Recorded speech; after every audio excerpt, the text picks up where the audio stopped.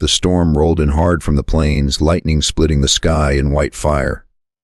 She stood in the doorway, soaked to the bone, shivering, whispering, "Just make it quick. I'm taking it off." The cowboy thought she meant one thing, but when the truth came out, it changed both their lives forever. If you love powerful Wild West stories filled with emotion, twists, and redemption, hit like and subscribe, because this won't leave your heart warm long after the thunder fades. Rain beat down on the small town of Dust Creek, washing away the day's heat and the sins whispered over whiskey. Inside the livery stable, Colt Rayner, a cowboy known for his silence and scars, was finishing up his horse's saddle when he heard it. A soft cry over the wind. He stepped outside, coat pulled tight, and saw her, a woman stumbling down the muddy street, clutching her torn shawl, eyes wide with desperation. She reached the stable door, soaked and trembling.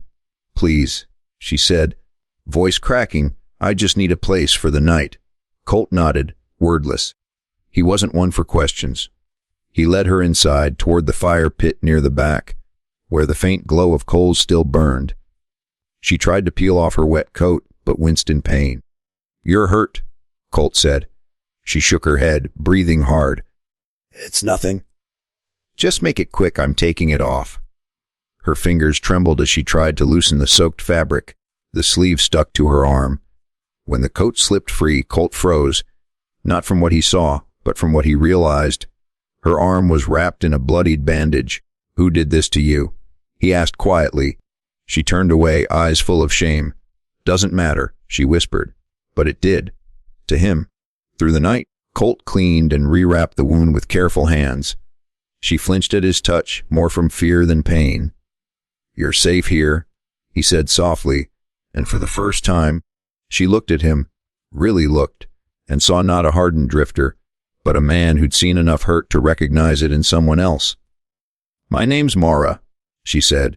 "Used to work at the Whitfield Ranch, till the foreman decided my pay wasn't worth keeping me alive." Colt's jaw tightened. He'd heard stories about Whitfield's men, how they treated the help like property. "So you ran?" he said. She nodded. "Ran till my feet bled." "They'll come looking." Colt stirred the fire, the glow painting his face in flickering gold. "Then they'll find more than they bargained for." The storm outside grew fiercer, wind howling through the cracks in the walls, but inside the stable, warmth bloomed between them, two broken souls sharing silence. As dawn crept over the mountains, she sat near the fire, clutching a cup of coffee he'd poured. "Why'd you help me?" she asked. Colt shrugged. "Because no one helped me when I needed it." Her lips trembled, and a tear slipped down her cheek.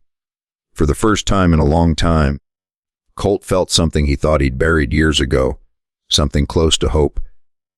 By noon, the sun burned through the clouds, but the air carried tension heavier than thunder. From the ridge came the sound of hooves. 3 riders, dust swirling behind them.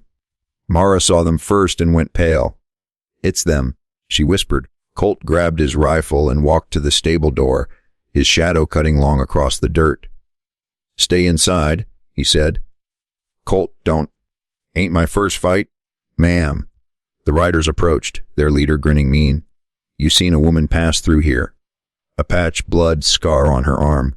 Colt leaned on the rifle. "Can't say I have." "Funny?" The man sneered. "Her horse was found outside your barn." The tension cracked like lightning. Colt moved first. One shot split the silence, then another. The men scattered, their shots whistling past the door. Mara screamed as a bullet shattered the stable post beside her. Colt pushed her to the ground, firing again, until the gunfire faded into retreat. When it was over, the air stank of smoke and gunpowder. Mara looked at him, trembling. "You could have been killed." Colt reloaded calmly. "So could you." She stared at him, eyes filling again. "Why?" He met her gaze. "Because you're not theirs to take." Weeks passed before peace settled again. The men never came back. Maybe they feared Colt's rifle, or maybe they just didn't care enough to chase a woman they'd already broken. Mara stayed, at first to heal, then to help. She cooked, mended fences, and laughed softly when Colt grumbled about her feeding his horse more than him. The silence that used to hang heavy in the stable turned into something warm, comfortable, almost like a home. One morning, as spring light touched the valley, she stood on the porch, hands resting on the rail. Colt joined her, leaning beside her quietly. "You planning to leave?" he asked. She looked toward the horizon. "I thought I would. But now." She smiled faintly. "Maybe I'm tired of running." He reached into his pocket, pulling out a small silver locket, one he'd found among her things the night she arrived. Inside was a faded drawing of her parents, two faces full of peace. "You should keep this close," he said. "Remind yourself where you came from." She looked up, eyes glistening. "And you?" she asked.